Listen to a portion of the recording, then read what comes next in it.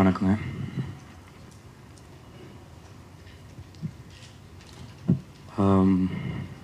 முதல்ல எனக்கு சக்கரை கட்டி ஒரு பெரிய லான்ச், அப்புறம் சித்து +2, கண்டேன், 1000 விளக்கு. எந்த படமே நான் எதிர்பார்த்த அளவுக்கு எனக்கு போகல. கண்டேன் நான் ரொம்ப எதிர்பார்த்தேன், பட் அது ஏதோ சில காரணங்களால் சரியாக போகல. அப்பப்போ எங்கேயாச்சும் வெளில போகும்போது கூட எங்கேயா ஜிம்லலாம் எங்கேயா இருக்கும்போது ஒரு சாதாரண பப்ளிக்லாம் எங்கேயும் சொல்லுவாங்க, உங்கள் ஃபிலிம் கண்டேன் பார்த்தேன், ரொம்ப நல்லா இருந்துச்சு உங்கள் பர்ஃபார்மன்ஸ், படமும் ரொம்ப நல்லா இருந்துச்சு, ரொம்ப ஜாலியாக ஃப்ரெண்ட்ஸோடு போய் பார்த்தேன், திருப்பி ஃபேமிலியோட போய் பார்த்தேன், ஆனால் ஏன் நான் எதிர்பார்த்த அளவுக்கு படம் ஓடலையே அப்படின்னு கேட்டார். But you start doing good scripts, இந்த மாதிரி நல்ல ஒரு டிஃப்ரெண்டான கதை எடுத்து பண்ணுங்க அப்படின்னு சொன்னாங்க. இண்டஸ்ட்ரியில் இதே மாதிரி வந்து எல்லாருமே சாந்தனு உனக்கு நல்ல டேலண்ட்ப்பா, நல்லா டான்ஸ் ஆடுற, நல்லா ஃபைட் பண்ணுற, நல்லா நடிக்கிற, உனக்குன்னு ஒரு டைம் ஒன்று வரும், ஒரு நல்ல கதை ஒன்று வரும், எடுத்து பண்ணணுமா. ஸோ யாருக்குமே வந்து எனக்கு தெரிஞ்சு என் மேலே ஒரு அவர்ஷன்லேருந்து தான் நான் வந்து பார்த்துருக்கேன். பட் இவ்வளோ பேர் வந்து இவ்வளோ வாழ்த்தினா கூட என்னடா எங்கேயோ தோணு மிஸ் ஆகிட்டு இருக்குன்னு எனக்கு, அது எனக்கும் சரி, எங்கள் அப்பாவுக்கும் சரி, எங்கள் அம்மாவுக்கும் சரி, எல்லாருக்குமே அந்த ஃபீலிங் இருந்துச்சு. அந்த மாதிரி நேரத்தில் தான் வந்து எனக்கு வந்து ஒரு நாள் எங்கள் அப்பா ஃபோன் பண்ணார். நான் கரெக்டாக ஐ திங்க் IPL மேட்ச் பார்த்துட்டு இருந்தேன் கிரவுண்டில், சேப்பாக்கில். பாப்பா சொன்னார், இந்த மாதிரி அவர் தங்கர் பச்சான் ஃபோன் பண்ணார், ஏதோ உன்னோட ரஷ்ஷஸ் எங்கேயோ ஏதோ பார்த்துருக்காருன்னு நினைக்கிறேன், இது ஒரு ப்ராஜெக்ட் விஷயமா உங்கள்கிட்ட பேசணும்னு சொன்னார். நான் உடனே ஃபோன் பண்ணேன். ஸோ தங்கர் பச்சான் சார் சொன்னார், இந்த மாதிரி சாயந்தரம் காலைல மீட் பண்ணலாம், எப்போ ஃப்ரீயாக இருக்கீங்க வாங்கன்னு சொன்னார். நான் உடனே அடுத்த நாள் காலையிலே கிளம்பி போனேன். இந்த ஃபோட்டோஸ் பார்த்துருந்தாரு. அப்புறம் அதிகமாக சார் டைரெக்ஷனில் நானும் நக்குல், சுவாதி 3 பேர் ஒரு படம் பண்ணுறோம், அமளி தும்ளி அப்படின்னு. அந்த படத்தோட ரஷ்ஷஸ் வந்து பார்த்துட்டு இவர் எனக்கு ஃபோன் பண்ணி, இந்த மாதிரி நல்ல டேலண்ட் உங்களுக்கு, பட் ஏன் உங்களுக்கு ஏதோ ஒரு காரணத்தினால ஏதோ நிறைய விஷயங்கள் மிஸ் ஆகிட்டுருக்கு அப்படின்னு சொன்னார். நான் யோசித்தேன், சரி எல்லோரும் சொல்கிற மாதிரி தான் இவரும் சொல்கிறாரு அப்படின்னு நினச்சேன். அப்போ சொன்னார், இந்த மாதிரி நான் ஒரு ப்ராஜெக்ட் ஒன்று பிளான் பண்ணுறேன், அதில் நீங்கள் அந்த கேரக்டர் பண்ணணும் அப்படின்னு சொன்னப்போ எனக்கு ரொம்ப சந்தோஷமாக இருந்துச்சு. எனக்கு என்னென்னா, சரி எத்தனை நாள் நம்ம வெயிட் பண்ணிருக்கிற ஆப்பர்ச்சுனிட்டி இது ஒன்று வந்திருக்கு. ஏன்னா அழகி, பள்ளிக்கூடம், 9 ரூபாய் நோட்டு, சொல்ல மறந்த கதை, இந்த மாதிரி இவ்வளோ பெரிய பெரிய படங்கள் பண்ண ஒரு டைரக்டர் வந்து, அதாவது யாரோ கண்டுபிடிக்க மாட்டேங்கிறாங்க, பட் இப்படி பேர்பட்ட ஒரு டைரக்டர் வந்து நம்ம டேலண்ட்டை ரெக்கக்னைஸ் பண்ணி நம்ம கூப்பிட்றாரு அப்படிங்கிறப்ப நான் டிசைட் பண்ணேன். நான் சரி நம்ம ஃபுல் ஃப்ளெஜ் இதுக்கு வந்து நம்ம இத்தனை நாள் பண்ண படங்களோட இன்னும் எக்ஸ்ட்ரா ஹார்ட் ஒர்க் பண்ணணும், பிகாஸ் இதை விட்டால் எனக்கு வேறு ஆப்பர்ச்சுனிட்டி கிடைக்காது, அந்த ஒரு மைண்ட் செட்டில் நான் வந்துட்டேன். நான் ஸோ போய் மீட் பண்ணேன், கதை கேட்டேன், எனக்கு ரொம்ப பிடிச்சிருந்தது. அப்பா கிட்ட பேசினேன். அப்பா வந்து உண்மையை சொல்லணும்னா இது வரைக்கும் அப்பா இந்த படத்தோட கதையும் கேட்கல, படமும் பார்க்கல, எந்த ரஷ்ஷஸ் எதுவுமே, ஃபோட்டோஸ் எதுவுமே பார்க்கல. இந்த சாங் மட்டும் தான் ஆடியோ ரிலீஸ் முன்னாடி ஒரு வாட்டி நான் போட்டு காமிச்சேன். நான் அப்பா கிட்ட சொன்னேன், இந்த மாதிரி கதை ரொம்ப நல்லா இருக்குன்னு சொன்னப்போ, உனக்கு கதை பிடிச்சிருக்குன்னா நீ பண்ணு. அவர் ரொம்ப ஒரு சென்சிபிளான ஒரு டைரக்டர், ரொம்ப நல்ல டெக்னீஷியன், ஒரு ஆக்டரை கண்டிப்பாக நல்ல ஷேப்பப் பண்ணுவார், நல்லா காவ் பண்ணுவார், உனக்குள்ள இருக்கிற ஒரு நல்ல பெர்ஃபார்மரை கண்டிப்பாக வெளில கொண்டு வருவார், நீ நினச்சிட்டு இருக்கிற அந்த பிரேக் கண்டிப்பாக உனக்கு இந்த படத்தில் கிடைக்கும், ஸோ கண்ணை மூடிட்டு இந்த படத்தை போய் பண்ணு அப்படின்னு சொன்னார். ஸோ அந்த நம்பிக்கையில் என்னை முழுசாக ஒப்படைச்சிட்டேன் நான் தங்கர் பச்சான் சார்கிட்ட. போனதுக்கப்புறம் அண்ணாமலை அப்படிங்கிற அந்த கேரக்டர் தான் எனக்கு கொடுத்தாரு. இதில் தனியாக அண்ணாமலை தான் ஹீரோ, ஒரு கமர்ஷியல் ஃபிலிம் அந்த மாதிரிலாம் எதுவுமே இல்லை. உண்மையிலே இந்த படத்தில் வந்து ஹீரோனா இந்த அம்மாக்கும் பையனுக்குள்ள அந்த ரிலேஷன்ஷிப், அதுதான் இந்த படமே. அண்ட் நான் இன்னொரு என்ன மைண்ட் செட் வந்துட்டேன்னா, என்னதான் நம்ம டான்ஸ் ஆடினாலும், என்னதான் ஃபைட் பண்ணாலும், கடைசியில் படம் ஜெயிச்சாதான் அது நம்மளுக்கு வந்து பேர் வரும். அண்ட் டைரக்டர் சார் சொன்னார், இந்த மாதிரி வந்து நல்ல ஆக்டர்ஸ் இருக்கிறதுனால தான் நம்மளால நல்ல படைப்புகள் கொடுக்க முடியுதுன்னு. உண்மையிலேயே அந்த ஆக்டர்ஸை உருவாக்குறது வந்து டைரக்டர்ஸ் தான். என்னதான் வந்து ஒரு ஆக்டர் வந்து நடித்து அதை ஆடியன்ஸ் வந்து ரசிச்சா கூட, அந்த ஆக்டர் ப்ரொஜெக்ட் பண்ணுறது அந்த டைரக்டரோட மைண்ட் செட் தான். அவர் என்ன எதிர்பார்க்குறாரோ அது பர்ஃபெக்டாக நம்ம கொடுத்தாலும் அந்த ஆடியன்ஸ் ரசிக்கிறாங்க.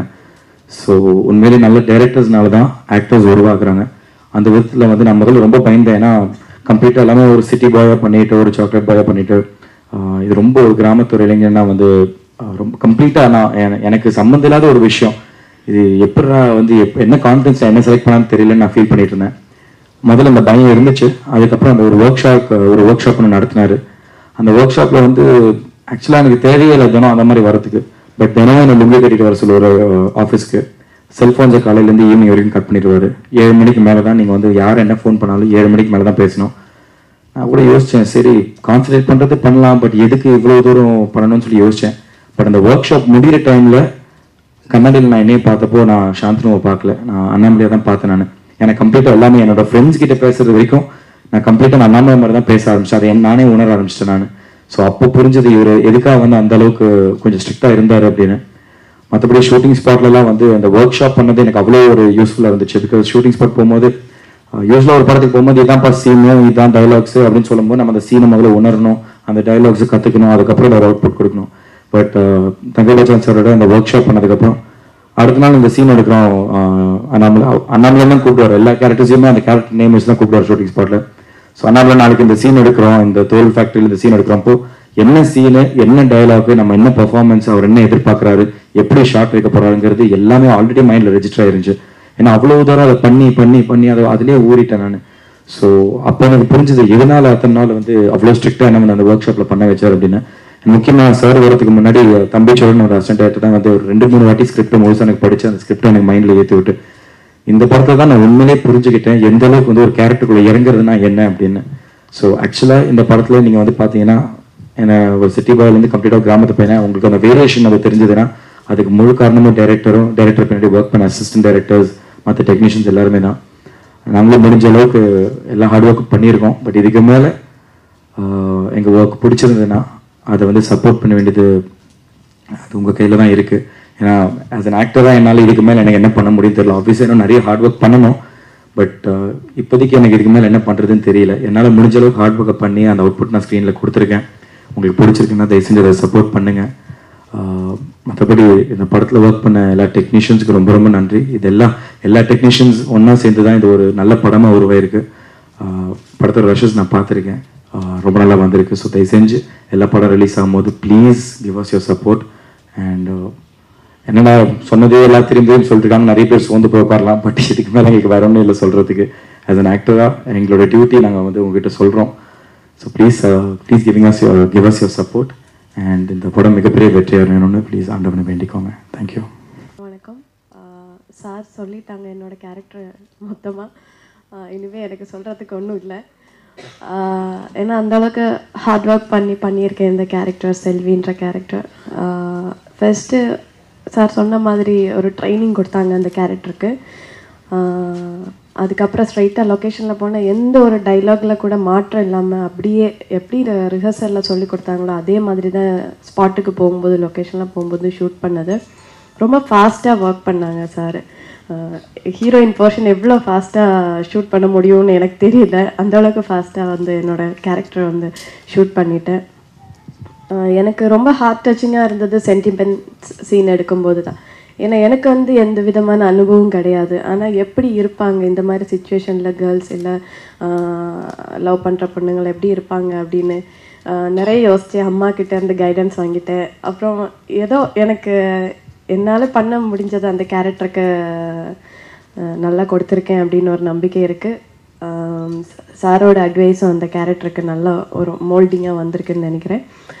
உங்கள் எல்லாரோட சப்போர்ட் தேவை. கண்டிப்பாக சார் சொன்ன மாதிரி ஒரு டிஃப்ரெண்ட் மூவி. சாரோட பழைய படங்களை பற்றி சொன்னாங்க, அதை விட ரொம்ப ஹார்ட் டச்சிங் மூவியாக இருக்கும் அம்மாவின் கைபேசி. பட் நம்ம அம்மா கிட்டே இருக்கிற அந்த பாசம், அன்பு எல்லாம் நம்ம சொல்லி தான் அது எக்ஸ்பிரஸ் பண்ணணும் அப்படின்னு இல்லை. நம்ம கூடவே இருக்கும்போது நம்ம எப்படி பிஹேவ் பண்ணுறீங்களோ அதுதான் நம்ம அம்மா கிட்டேருந்து நம்ம எதிர்பார்க்குறதும் நம்ம அவங்களுக்கு கொடுக்குறதும். ஸோ நான் சினிமாவில் வர்றதுக்கு மெயினான ஒரு காரணம் எனக்குள்ளே இருந்த ஒரு டேலண்ட்டு கண்டுபிடிச்சது என் அம்மா தான். So thanks to mom. And இந்த படம் அம்மாவின் கைபேசி வந்து என் மம்மிக்காக நான் சமர்ப்பிக்கிறேன். ஏன்னா டெடிகேட் பண்ணுறேன் இந்த மூவி. ஏன்னா எந்த ஒரு அவசரத்துலையும் நான் அம்மா பாராட்டி சொன்னதே இல்லை. பட் இவ்வளோ தூரம் இந்த படத்தில் பாடல், சார் அம்மா பற்றி சொன்னது, மற்றவங்க எல்லாரும் அம்மா பற்றி சொல்லும்போது எனக்கு ரொம்ப என்ன சொல்கிறது ஃபீலிங்காக இருக்குது. பட் நான் 1.5 months சிங்கப்பூரில் ஷூட்டிங் இருக்கும்போது அம்மா கூட இல்லை. எப்போவுமே நான் எல்லா லொக்கேஷனில் அம்மா தான் கூட்டிகிட்டு போவேன். லாஸ்ட்டு 2-3 months அம்மாவுக்கு வந்து உடம்பு சரியில்லாமல் ஹாஸ்பிட்டலைஸ்ட் ஆகும்போது அப்பா தான் கூட வந்தாங்க லொக்கேஷன்லாம். அப்போ எனக்கு ரொம்ப என்ன சொல்கிறது ஒரு கஷ்டமாக இருந்தது. என்ன காஸ்டியூம் யூஸ் பண்ணாலும் ஏதாவது சீன் இருந்தாலும் டைலாக் இருந்தாலும் ஃபர்ஸ்ட் அம்மா முன்னாடி நடிச்சு காமிப்பேன், இது எப்படி இருக்குது, இந்த மாதிரி எக்ஸ்பிரஷன்ஸ் பண்ணலாமா அப்படின்னு. அப்போ அம்மா நிறைய பழைய படங்கள், ராதிகா மேடம், அம்பிகா மேடம் நிறைய படங்களெல்லாம் பார்த்துருக்கிறனால அவங்களுக்கு நிறைய எக்ஸ்பீரியன்ஸ் இருக்குது, சினிமா ரொம்ப நேசிக்கிறாங்க அவங்க. அதனால் எனக்கு நிறைய டிப்ஸ் கொடுப்பாங்க. எந்த கேரக்டரும் அம்மா கூட இல்லாமல் இருக்கும்போது தான் ஷூட்டிங் அப்பா தான் கூட வந்தாங்க. பட் எனக்கு அந்த கேரக்டர் நல்லா பண்ணுறதுக்காக தங்கர்பச்சன் சார் எனக்கு கொடுத்த அந்த சப்போர்ட்டு கூட அம்மாவும் இந்த படத்துக்கு என்னோட கேரக்டர் நல்லா பண்ணுறதுக்காக சப்போர்ட் பண்ணேன். நிறைய சஜஷன்ஸ் எனக்கு கொடுத்தாங்க. கண்டிப்பாக இந்த சுச்சுவேஷனை நான் சொல்லிதான் ஆகணும். Thanks to mom and I love you மாமி. ரொம்ப ரொம்ப தேங்க்ஸ் சார். 2 படத்துலையுமே முக்கியமான கேரக்டர் கொடுத்துருக்காங்க தங்கர்பச்சன் சார். ஸோ ரொம்ப சந்தோஷமாக இருக்குது, ரொம்ப பெருமையாக இருக்குது. சார் கூட ஒர்க் பண்ணுறது ரொம்ப லக்கியாக ஃபீல் பண்ணுறேன். ஸோ தங்கர்பச்சன் சாருக்கும் அவங்க ஒய்ஃபுக்கும் இந்த ஹோல் யூனிட்டுக்குமே ரொம்ப தேங்க் பண்ணுறேன். Thank you so much. என்னுடைய நண்பர் அவர் மூலியமாக தான் எனக்கு தங்கர் சார் அறிமுகமானார். என்னுடைய தமிழ் பிடிச்சிருந்தது அப்படின்னு அவர் பார்க்கும்பொழுது சொன்னார், ரொம்ப அழகாக தமிழ் பேசுகிறீங்க, இயல்பான தமிழ் பேசுகிறீங்க, வழக்கத்தில் இருக்கிற தமிழை வந்து இப்படியும் பேச முடியுமா அப்படின்னு தெரியல, ரொம்ப நல்லா பேசுகிறீங்க ரேவதி அப்படின்னு தான் முதலே அவர் தொடங்கினார். அலங்காரம் அப்படிங்கிற என்னுடைய கதாபாத்திரத்தை வந்து அவர் சொல்லும் போது ரொம்ப வித்தியாசமாக இருந்தது. ஏன்னா நான் அந்த மாதிரி சுத்தமாக இருக்கவே மாட்டேன், பொட்டு வைக்க மாட்டேன், நகை போட மாட்டேன், ஒன்றுமே செய்ய மாட்டேன்.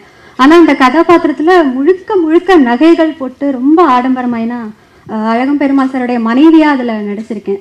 அவர் சொன்ன மாதிரி ஒரு தொழிலதிபருடைய மனைவி எப்படி இருப்பாங்க, வீட்லேயே சாதாரணமாக ஒரு பட்டு சேலை கட்டிக்கிட்டு அந்த மாதிரி தான் அதில் இருந்தது. ரொம்ப கஷ்டப்பட்டேன் நகைகள் போடுறதுக்கு. அங்கே அந்த இடத்துல வந்து சூழ்நிலைகள் ஒவ்வொருத்தரும் நடிக்கிறத பார்க்கும் பொழுது ஒன்றுமே இல்லை, அங்கே போய் நின்று அப்படியே பார்த்துட்டே இருப்பேன்.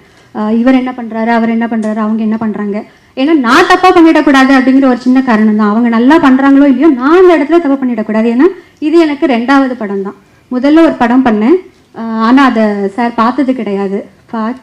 இது வரைக்கும் பார்க்கறதுக்கான சூழ்நிலை அமையலை அப்படின்னு சொன்னார். ஆனால் தமிழ் நல்லா பேசுகிறீங்க. என்ன காலையில் ரேவதி அம்மாவை சந்தித்தேன். ரேவதி ரேவதின்னு இடத்துலலாம் பேசிகிட்டே இருந்தாங்க. யார் அந்த ரேவதி, பார்க்கணுன்னு ஆசை அப்படின்னாங்க. வந்த உடனே நீதான் அந்த ரேவதியா அப்படின்னு கேட்டாங்க. ரொம்ப சந்தோஷமா இருந்தது. ஏன்னா நிறைய பேர் வந்து இதில் நிறைய உழைச்சிருக்காங்க. என்கிட்ட நான் வந்து எப்போவுமே எல்லாரையும் கேள்வி கேட்குற இடத்துல தான் இருந்திருக்கேன். நீங்கள் இந்த படம் பண்ணும்போது என்ன பண்ணீங்க, இந்த சீன் எப்படி பண்ணீங்க, அந்த சீன் எப்படி பண்ணீங்க, எது சவாலாக இருந்தது, அப்படியெல்லாம் கேட்டு கேட்டு பழக்கமாயிட்டு முதல் நாளே வந்து எனக்கு அந்த காட்சியோட வசன இதெல்லாம் கொடுத்துட்டாங்க. ஏன் அப்படின்னா அந்த நேரத்தில் வந்து இந்த கதாபாத்திரம், ஏன்னா அவர் எந்த அளவுக்கு ஒவ்வொரு கதாபாத்திரத்தையும் உள்வாங்கினதோடு மட்டும் இல்லாமல் வெளியில் வரும்பொழுதும் அதே அந்த உருவோடு அப்படியே மாறாமல் வரணும் அப்படின்னு நினச்சிட்டு இருந்தார். ஓரளவுக்கு அந்த வேலையை நான் கொஞ்சம் செஞ்சுருக்கேன் அப்படின்னு நினைக்கிறேன். ஏன்னா முன்னாடியே வசனங்கள்லாம் கொடுத்து வீட்டில் எடுத்து போய் படித்து பாருங்கள்.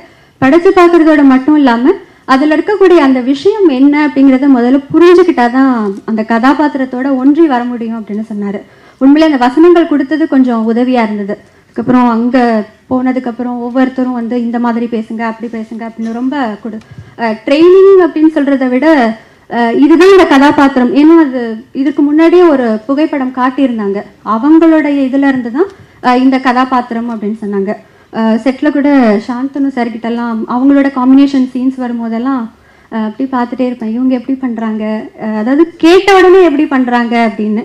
கொஞ்சம் கொஞ்சமாக அப்படி அதுலேயே இருந்து பார்க்கும்பொழுது தான் எவ்வளோ கஷ்டமான வேலையாக இருக்குன்னு. ஏன்னா காம்பேஸ் அப்படின்னு சொன்னாலே மயக்க பிடிப்பாங்க, தெரிஞ்சதை அப்படியே டடன்னு உளறிட்டு போயிடுவாங்க, அவங்களுக்கு என்னப்பா சிம்பிளாக வேலை முடிஞ்சிருச்சு அப்படின்வாங்க.